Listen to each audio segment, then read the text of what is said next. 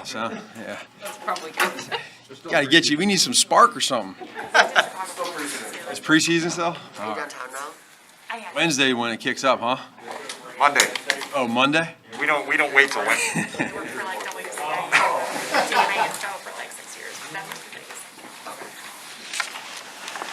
All right. Well, this is basically for us. We'll have this practice today, and then these guys will have they'll have 3 days off, and then be able to come back. We'll get going next week on Monday. We'll have a 10-10-10 practice. They'll have off on Tuesday, and then we'll be it'll be here on Wednesday. So I think the guys are in great spirits. The last couple days is always the tough part. You know, when you gotta talk to some of these guys and explain to them where they're at and what their future could look like. And I think honesty is always very important with that when you go through that. There's some tough conversations, but then there's some fun conversations too, which is pretty neat as well. So I think that for us right now, we feel pretty fortunate injury-wise as far as where we're at heading into week one. And now it's a matter of going out there and doing the real thing and being able to get through OTAs, get through training camp. Everybody, players, coaches, you know, we're all we were ready to get through that training camp preseason and now get going. So that's kind of where we're at. And with that, I'll open up. Ryan talked yesterday about with Danny about wanting to be smart with his knee. Yeah. Does Ogletree give you kind of the luxury to do that? And if Ogletree weren't here, would it have been a different dynamic or conversation? Yeah, it's funny, you know, when Alec came in here, I mean, you guys remember he had like 7 picks in 3 days, and he took advantage of an opportunity.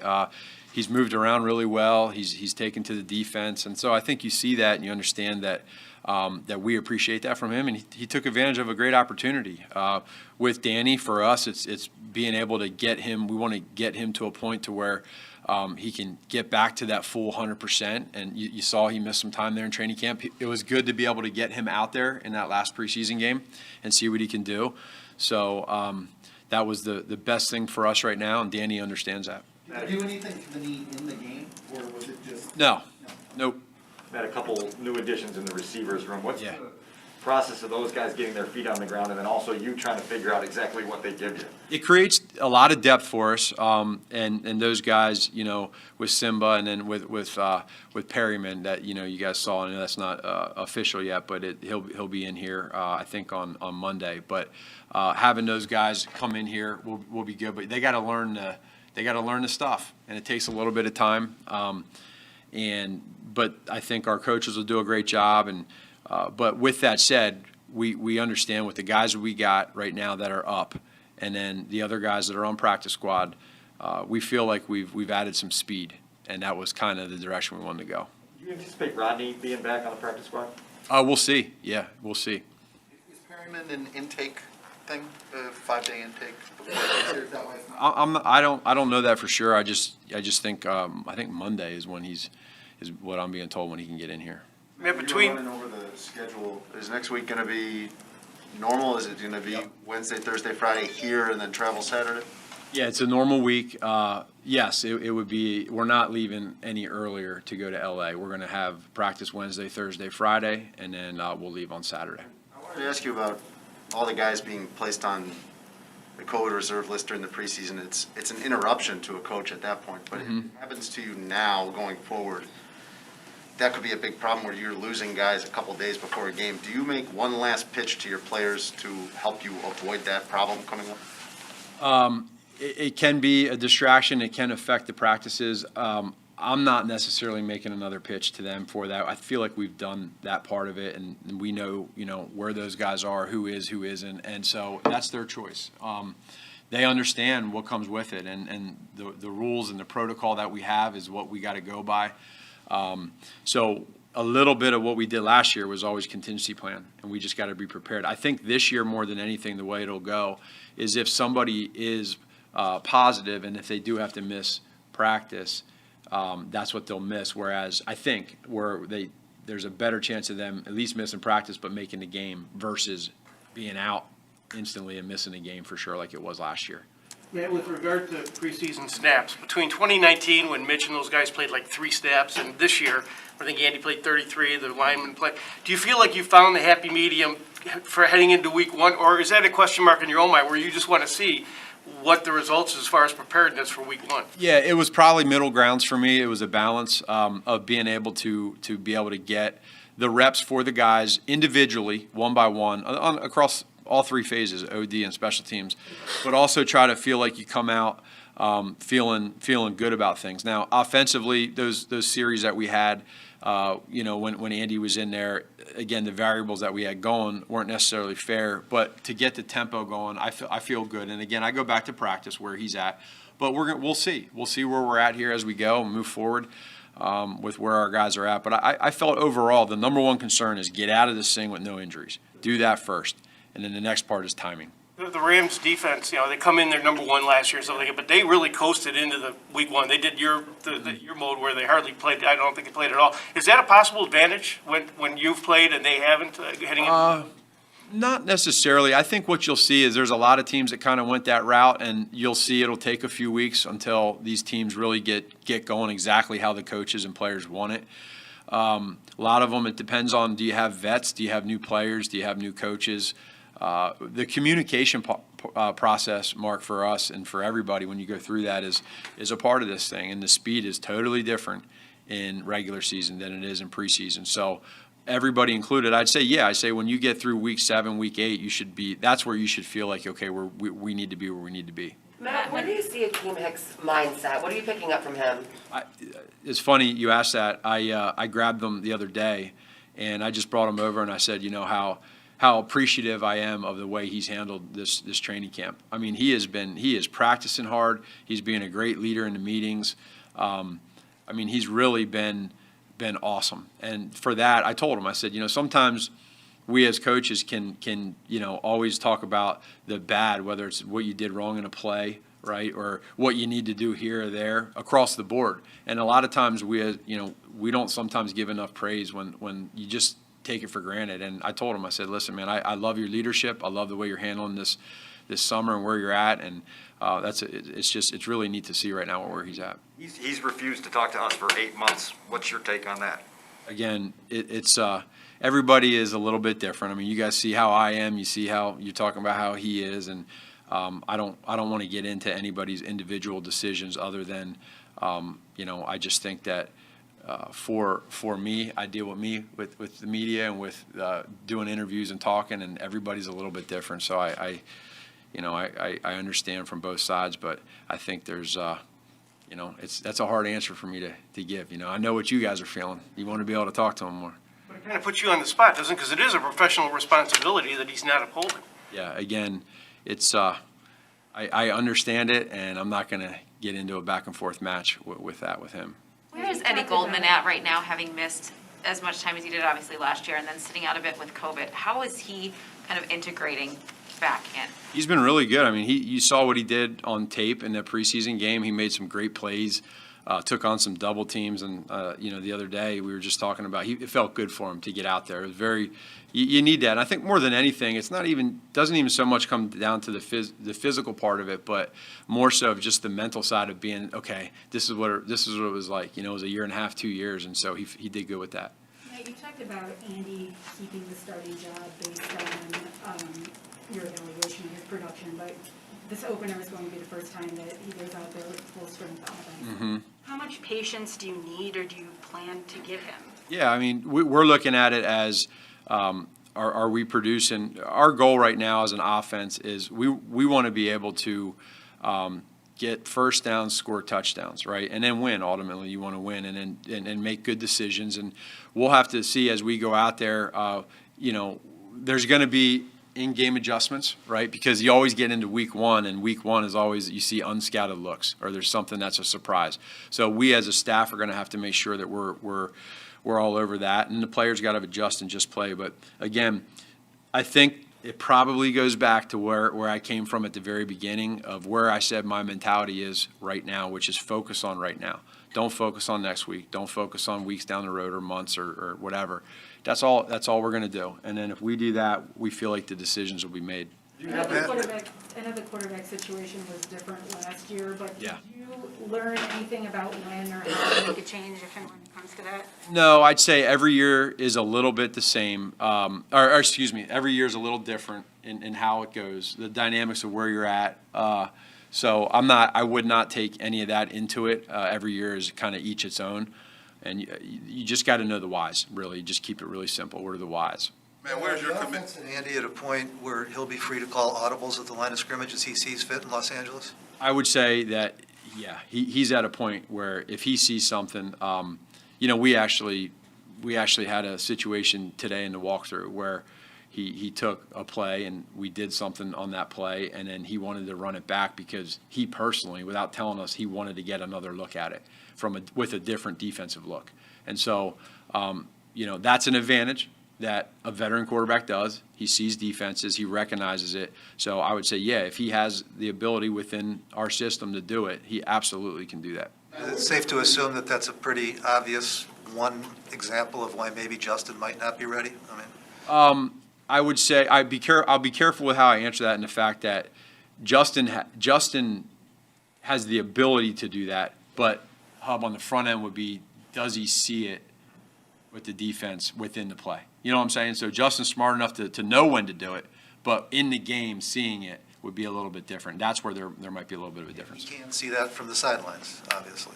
Well, You can watch it. maybe not necessarily on that play, but he'll see it Yeah. on the video, when we're looking. Matt, where's your commitment to the run game? It seemed earlier last year, David Montgomery's carries a little bit lower. And I remember asking you, Yeah. would you get him to 15, 20 carries? And toward the end, he started to get 20 Yeah. carries per game. Where's your commitment on that this year? The commitment is for David, right? Again, within the flow of the game, we understand that David, for us, and every offense, like when you can get that run game going, it opens up the play action, it opens up the screens, it protects the lineman from dropping back 50 times a game.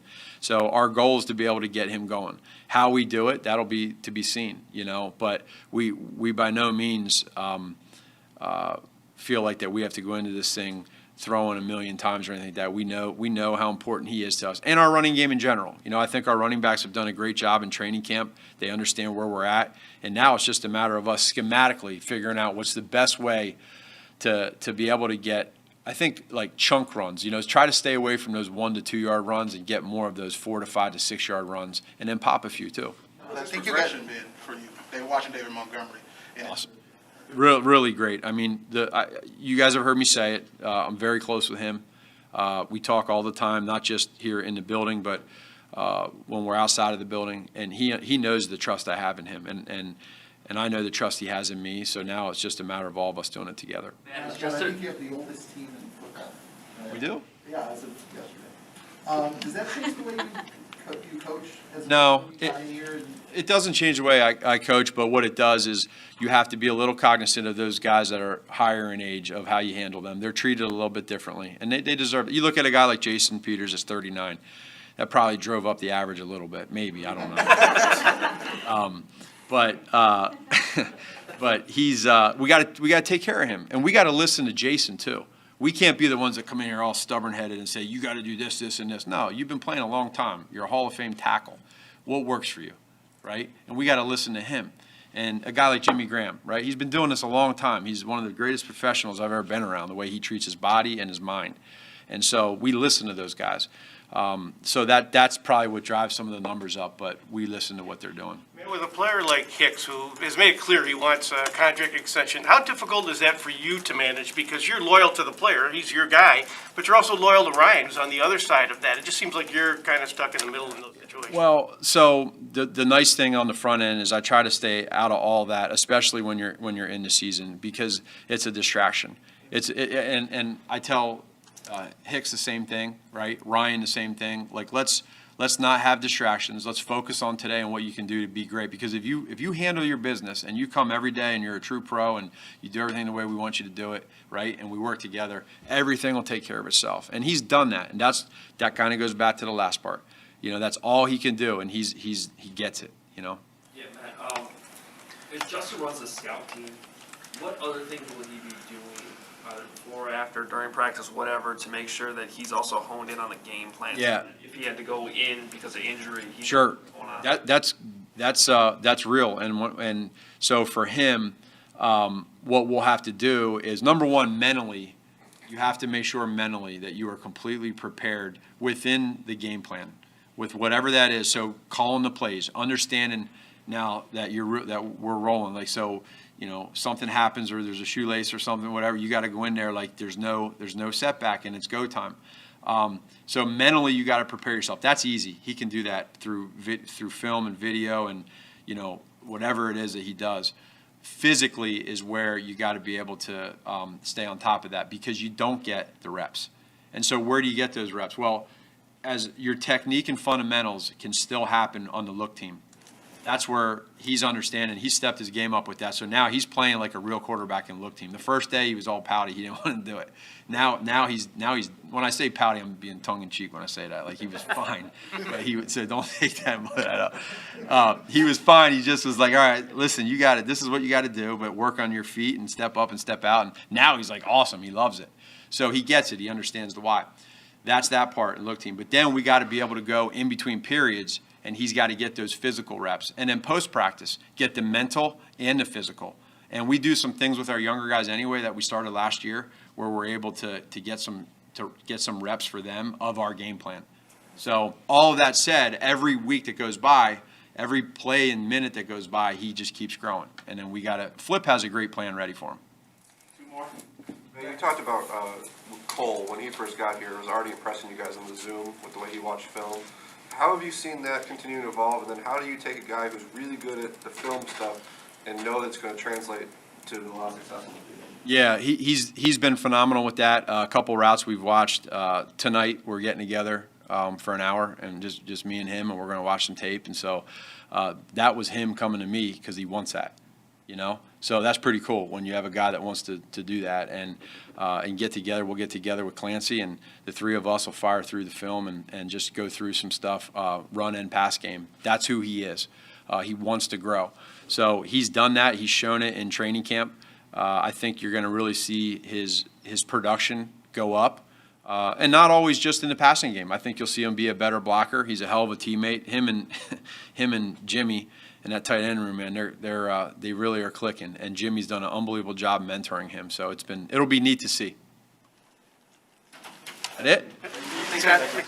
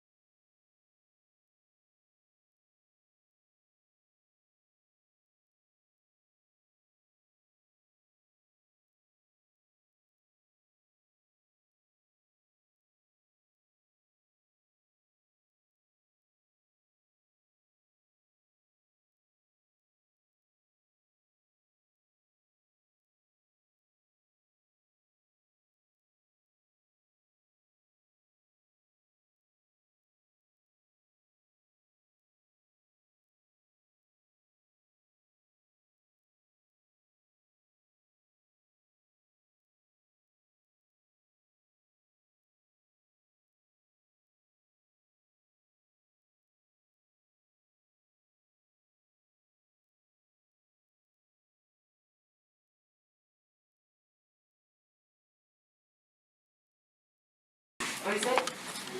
What did you say? How you doing? Oh, I thought you said something else.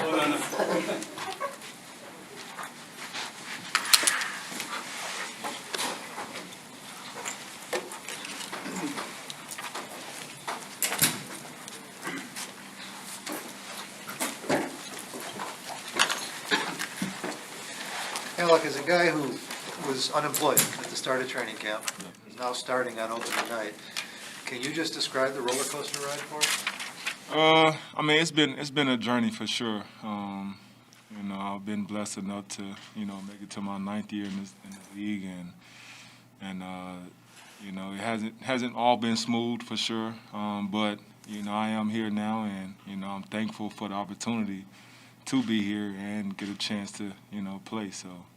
I know you talked about this when you first got here, but just to refresh, what was your mindset when the call came? I mean, were you planning on playing? Were you just hoping to play, or where did you think you were at in your career? Well, I have been training to, you know, get ready to play and stuff, and hopefully get a call. But like I said, when the call came, it definitely came, you know, out of the blue. I didn't think anything of it, you know, when I was up here visiting and stuff. And like I said, they called my agent. He asked me where I was at, and I was like, "Oh, I'm in Chicago." And he was like, "Well, don't leave. They want to sign you." And, you know, it was definitely, you know, perfect timing, I guess I would say. You know, things are, you know, aligning properly. I feel like, you know, for me and my family and stuff. So, you know, like I said, I just try to cherish the opportunity to, you know, be in this league. You know, because I was on the outside looking in, and you know, I've seen like, you know, you see a lot of guys that, you know, struggle on the outside, and, you know, for me to be able to have another opportunity to, you know, come back into this league and play and do what I love to do, you know, I just try to take it day by day and just enjoy the moment of, you know, being here with the guys and being able to do what I love, so. Alec, what do you think allowed you to capitalize on your opportunity, and particularly so quickly? I mean, the first few practices, all of a sudden you were turning heads. Well, it's kind of this quote.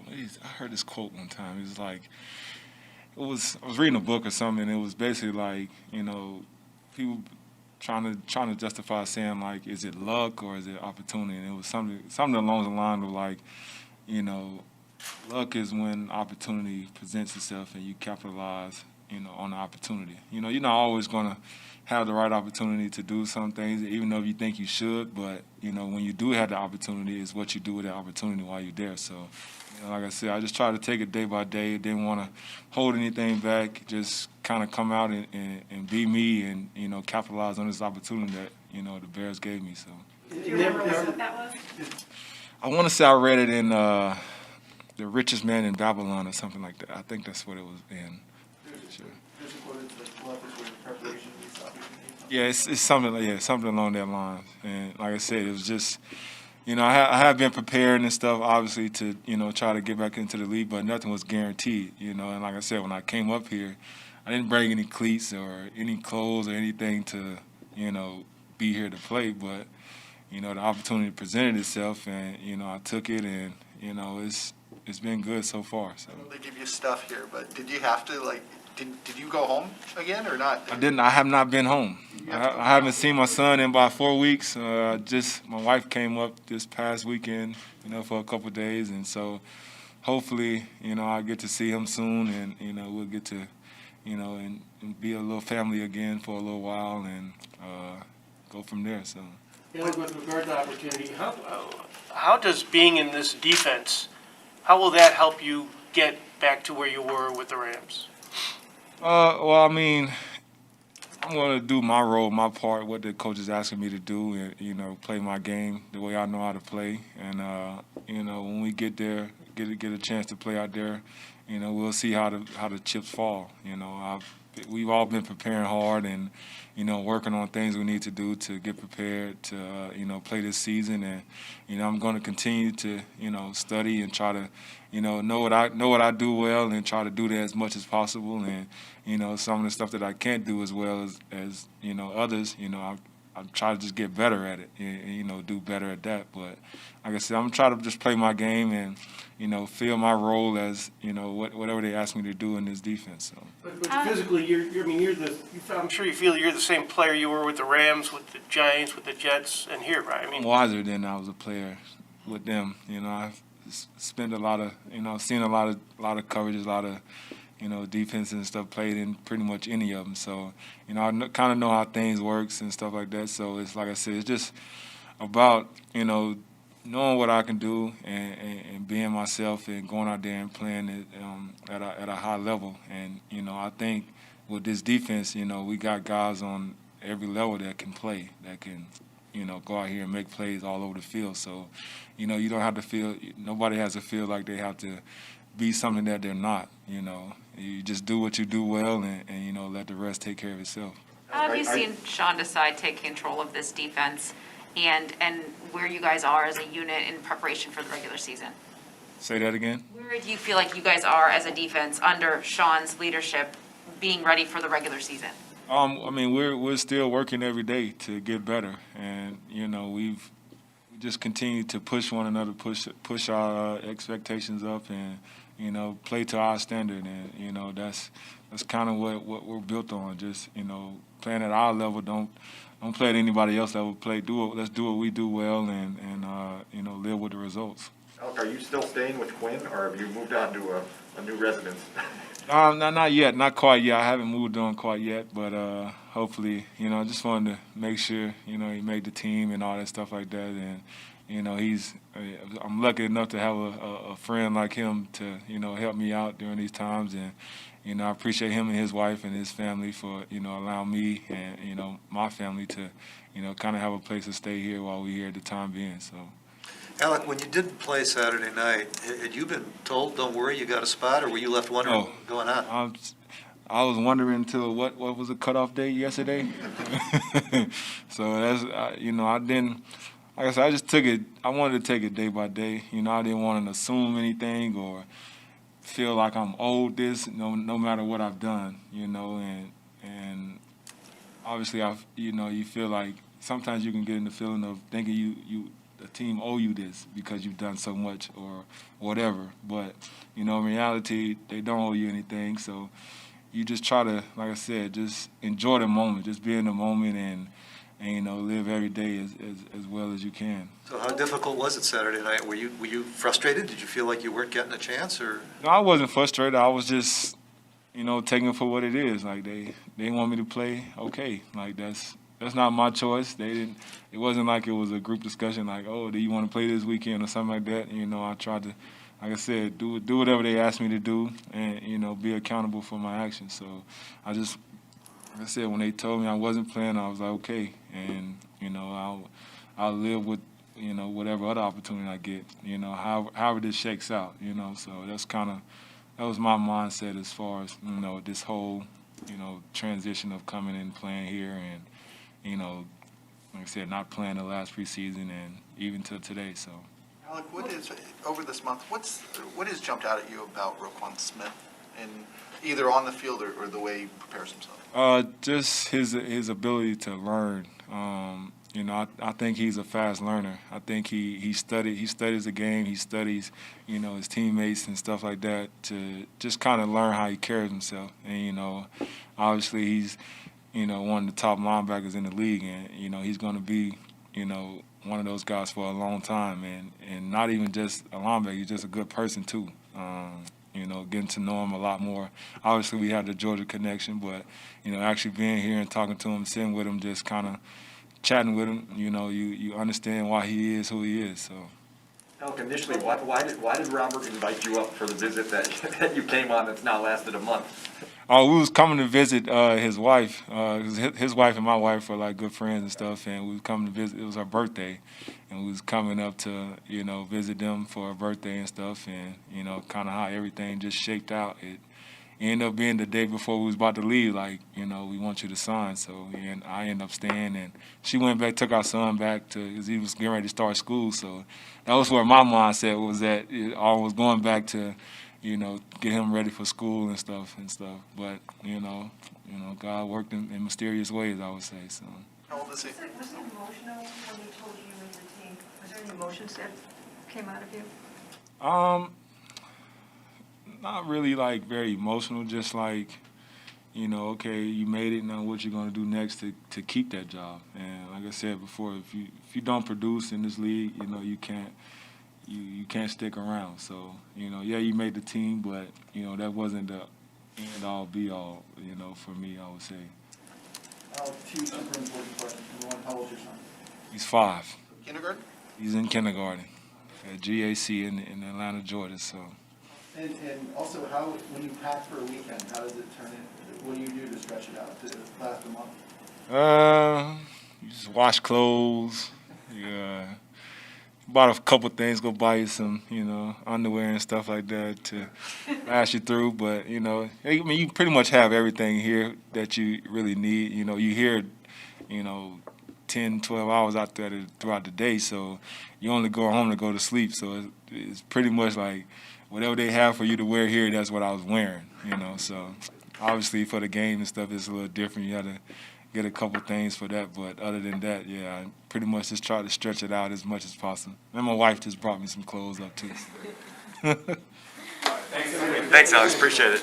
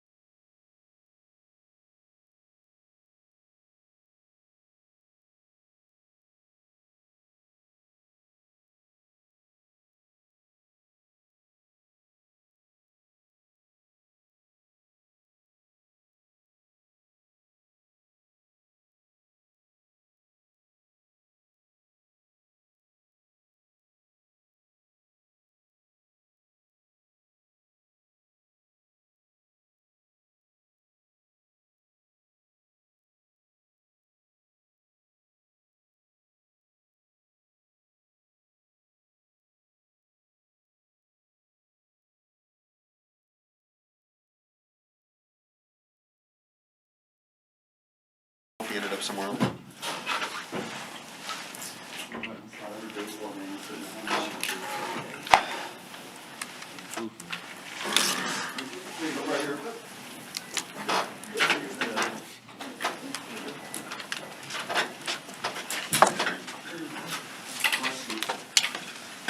Hey, Sean, Alec Ogletree was just in here, and obviously, when camp started, he wasn't here, and now all of a sudden, he's made an impression. When he first got here, what left an impression on you about how quickly he kind of announced his arrival? You know, in this business, everybody respect guys who can get to the rock, man. And the first thing that stood out, man, I think his first 3 days, he had like 4 interceptions, which kind of ties into everything that we've been preaching this whole offseason about trying to get more hands on the football, get more turnovers and things like that. And it wasn't no better way to come in and make a statement, man, than getting an interception. I think his first 4 days, man, it wasn't just him being in the right place at the right time. It was him putting himself in position to make those plays, man. And guys respect that. It's hard not to notice a guy that's coming in right off the street, man, and making those type of plays. So it was huge for him, man. I think that everybody kind of, he put all of us on notice. And, obviously we kind of was familiar with him. He's first-round pick, and, he's did a lot of great things in this league. So having a guy like him, man, to be behind Trevathan and Rowe in case of anything, I mean, that's just the most perfect setup you can ask for as a coach and coaching staff. He obviously can handle the role, but what do you lose when Danny's out and not having him to start the season? DT, man, DT, in my opinion, don't get enough credit, man, for just being the heart of this defense, man. I mean, like, my last year being here, DT just he go in there, man. He do the dirty jobs. He do the dirty works, man. Some of the things that he do, man, he don't get enough credit. And I have a respect for DT game. Obviously, it's gonna hurt not having a guy like that out there, man. He's a leader of the team. A lot of guys look up to him. Obviously, he's a productive player. He's been doing this a very long time. So that's always hard to lose a guy like that. But like I say, man, when you got a guy like Tree, who's behind you, man, it's just a perfect situation. In any event that a guy like Rowe go down or DT, injuries is part of the game, man. So the team with the healthiest team will win, and the teams that have the most depth, obviously those are the teams that can last. Because injuries is part of this game. Everybody gonna get hurt at some point, and unfortunately. Right now it's going to be an opportunity for him to step up, man. And I think that everybody got the utmost confidence in what he could do for this defense. I know myself for sure do, speaking on myself. John, as much as you talk to us, seems like we really ask you about you. I'm just curious, what are your aspirations for yourself at this point in your career? How important is this year to you, and how badly do you want to be like a part of the Bears defense that you saw in or heard about, read about, whatever in 2018? First of all, I want to appreciate you for asking about it. I appreciate you. Thank you, man. No, I don't like talking about myself, man, obviously, but I'm excited about this, man. I tell you guys this all the time, man. I'm super excited about being a part of this defense, man. And obviously, each guy, man, you got to have selfish goals, man, to be good at this game, be great at this game. But, the biggest thing is just being excited, man. I remember seeing this defense a couple of years ago, man. It was probably one of the more exciting defenses that I've seen. And, I was a part of a defense prior to the Bears doing it in 2017 in Jacksonville. And seeing this, man, it's always something. It's always fun, man, when a team runs through the defense, when you can bring that type of excitement on the defensive side of the ball, man. And you look at our roster and say, man, why not? I mean, we truly have guys on every level, multiple guys, man, on every level who truly are game changers, who truly can take over games, man, and make this thing exciting. And as a 10-year vet, to sit back and see it all happen, man, I've seen a lot of football. I've been on bad defenses. I've been on pretty good defenses, man. And to see it all come to fruition, man, it's an exciting time, man, for me to be a part of it, man. So I just sit back, play the background. And, I let those guys get their shine, man. And if I got to do the dirty work, man, that's okay, man. I came in this league that way, man, and I'm okay with that. So I'm just enjoying my role, man, in this defense, man, whatever's asked of me to do, man, because, like, at the end of the day, it's a blessing. It's a lot of good players right now that's not playing football right now. It's a lot of good guys that's forced to retire. Probably not on their own will, just due to the lack of opportunities, man. So for me to be able to be here and have this opportunity, still play the game that I love, man, 10 years later, I got no complaints, man. I'm just happy to be here. The Rams didn't play anybody or many people in the preseason. Do you guys have a sense at all of what their offense with Matthew Stafford could look like? I think that's a tough thing because obviously the dynamics between the difference of the quarterbacks between Jared Goff and Matthew Stafford it's glaring in my opinion, and that's not a shade to one guy or another. I think that Matthew Stafford is he have an arm talent that not many quarterbacks. He have a top 5 arm talent when you just say sure off of arm talent alone. So obviously the offense will be able to open up a little more. What does that may look like? We don't know, but one thing for certain is McVay he's an offensive guru, man, and I don't think that the offense will change much because what he's doing is working. It worked for Jared Goff. I'm sure it'll work for Matthew Stafford. So I don't imagine much of change, obviously, but there's things that Matthew Stafford can do that not many quarterbacks can do. So I'm assuming that they'll definitely open up the offense. They got a track running team, but we're well versed for it because we got a track running team too. We've been doing it since training camp, so we're excited about the opportunity, man, to be honest. The motion stuff that they do, you guys put in a lot of that toward the end of last year, or something similar. Right. Will that help you? I mean, just having to see that practice, will that help you? Yeah, I think that repetition against that type of stuff, man, works. Because last year, man, I think that that's the way that they slow a lot of these fast defenses down. If you want to slow guys like Khalil and Quinn and these guys off the eggs and Hicks and get to messing with the safeties and the linebacker eyes, that's the perfect thing to do. So obviously, us being well versed to that, man, our offense is doing it a lot more than last year for sure. It definitely helps us slow down, man, because it's something that's just not new to us. It's not thrown on us on game day. We're able to see it since OTA started, since training camp, all of training camp. So I think that's been huge for us. But like I said, man, they're gonna run their offense, man. It's our job to do our defense, man, and make the plays when that time comes. John, as an extension of that, on the back end, how much eye discipline is required to make sure you're seeing what you need to see, but not seeing too much with all the motion and everything that happens? That's why this is the most difficult team when it comes to a discipline standpoint because, man, sometimes you may see guys on film, it'll be a jet sweep here, another one here, and you'll see a guy just stuck. You don't know where to go. And you got a guy like Robert Woods getting a reverse running 20 yards up the sideline. Your eyes got to be huge. And that's the hard part about it because we're taught as defense, man, you want to play fast, the fast team, fast, physical. But sometimes, man, you see too much, see something fast, man. That's a big play waiting to happen against offenses like this. So definitely you got to have your eyes trained and I understand what you see and not play too fast, as crazy as that may sound, because you're taught, man, to the fastest team, man, defensively, those are the most effective teams. So, when you look at that, man, you got to really just take a step back, slow down, understand what you see, and then react. So I think that's going to be huge for us, man. Obviously, we got a 2-week head start compared to years prior, man, so we are definitely excited about that opportunity, man, and we're doing some things to get us ready for that. Do you feel like you're pretty deep right now into preparation for the Rams at this point? Oh yeah, we're days deep in and out, and obviously progressing throughout the weekend. We have another day today, which is a big full day for us, full pass today. So obviously we're gonna get really good work today, and obviously, man, next week is just gonna be that fine tuning and getting us ready for Sunday Night Football. Sean, you show up here last year, and you got a teammate in Eddie Goldman who you don't see for a year. Yep. Coming into training camp, just what was your curiosity to see this guy? Well, I heard about him, man. I heard about him last year, man. People used to always talk about him, like, how he was specifically up against the run, man. So I know me and Eddie had a lot of talks and used to talk about how effective he was, man. But, even just going back to OTAs, before we even put on pass, you can just see it back in minicamp. And when he's out there, it's not many guys that can do what he do and do it how he do. And that's one of the things. It's a luxury to have guys like that. And you got a guy, you got linebackers behind him who can hunt, man. It makes their job easier as well. So, man, he's just he don't talk much.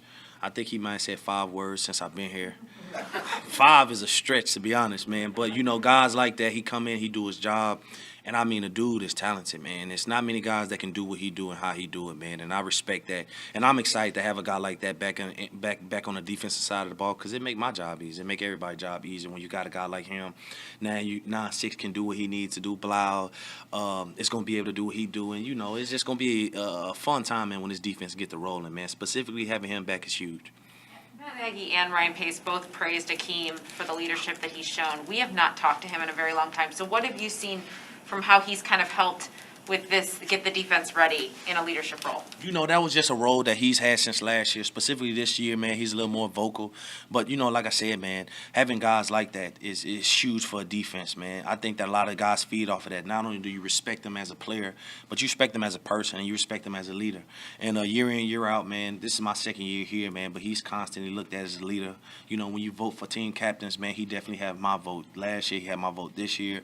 Having guys like that in a locker room, man, that's talented like that, man, just good locker room guys, man, it's huge for the team, man. So I think that, you know, Keem is he the perfect fit for here, man, and I think that everybody love him, everybody got respect for him, and obviously what he do on Sundays count, and he do that very well as well. What's been your impression of Jalen Johnson, specifically that he's moving into that number one cornerback role? How have you seen his progression? How would you grade him so far? Tell y'all again, he gonna be a top 5 cornerback. I mean that, and I'm telling y'all straight face. Some of the things that I've seen him do, man, is just impressive. For a guy that size, man, I don't think that people really realize, like, Jalen he's a bigger corner. He's put together, man, and he can run, he can move, he can do everything necessary for a cornerback. He can tackle. He's not scared to put his nose in there. And I told him, I said, man, I played with the best cornerback in the National Football League right now, and Jalen Ramsey. And I seen that jump from year 1 to year 2.